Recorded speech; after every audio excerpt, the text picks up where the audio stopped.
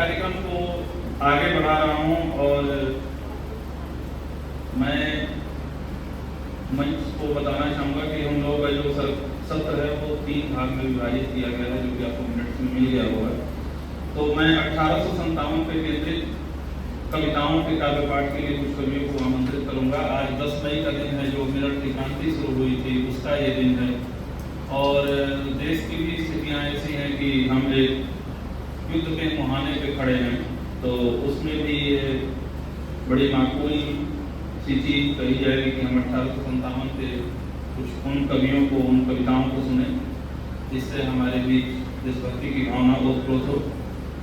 तो इस क्रम में मैं काव्यपाठ के लिए जवाहरलाल नेहरू विश्वविद्यालय के भारतीय भाषा केंद्र के शोधार्थी अभिषेक पांडे से निवेदन कर रहा हूँ कि वो आएँ और 1857 पर अपनी केंद्रित कविता का काव्यपाठ करें।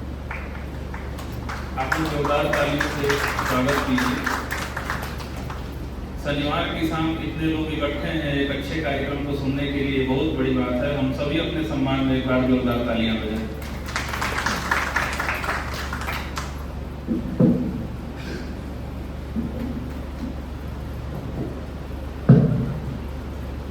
शुक्रिया भैया। इस दिन पर जब हम 1857 की क्रांति को याद कर रहे हैं, मैंने एक ऐसी कविता यहाँ पर पढ़ने के लिए चुना है जो असीमुल्लाह खान के द्वारा लिखी गई है। आपको इस कविता के बारे में छोटी सी बात मैं बताता चलूँ। चूँकि मेरा पत्रकारिता पे काम है, तो जब मैं पत्रकारिता के इतिहास को पड़ताल रहा था तो मुझे इस कविता का संदर्भ मिला।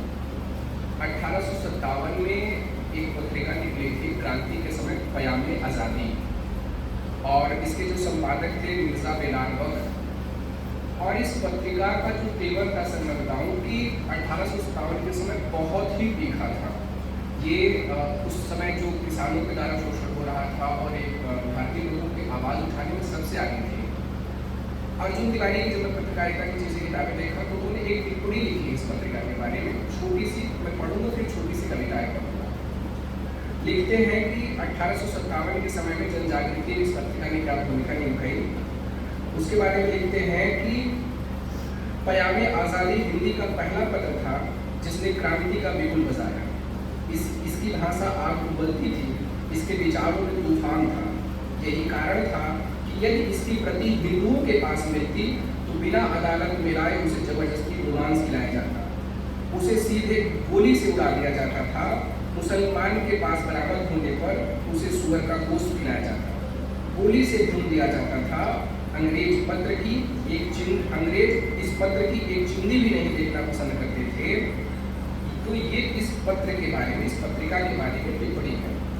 और ये जो कविता छपी है पयामे आज़ादी में छपी थी, यह है आज़ादी का झंडा, इसे हमारा सलाम। उसका जो शीर्षक कविता में छपा था कि हम हैं इसके मालिक हिंदुस्तान हमारा। इस कविता को 1857 के समय लोग नारे की तरह प्रयोग करते थे, इसके शीर्षक को, और अपनी जन जागृति में उपयोग करते थे। मैं कविता पढ़ता हूँ। हम हैं इसके मालिक हिंदुस्तान हमारा, पाक वतन है कौम का जन्नत से भी जाना। ये है हमारी मिल्कियत हिंदुस्तान हमारा, इसकी रूहानियत से है रोशन जग सारा।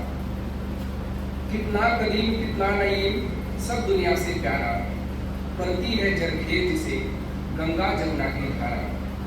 ऊपर बर्फीला पर्वत पहरेदार हमारा, नीचे साहिल पर बजता सागर का नजारा।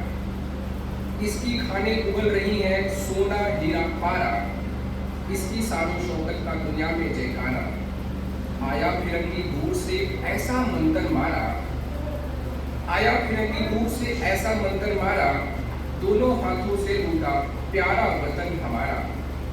आज शहीदों ने है तुझको अहले वतन पुकारा, आज शहीदों ने है तुझको अहले वतन ललकारा। तोड़ो गुलामी की जंजीरें, बरसाओ अंगारा। हिंदू मुसलमान सिख हमारा, भाई भाई प्यारा। यह है आज़ादी का झंडा, इसे सलाम हमारा। बहुत बहुत शुक्रिया।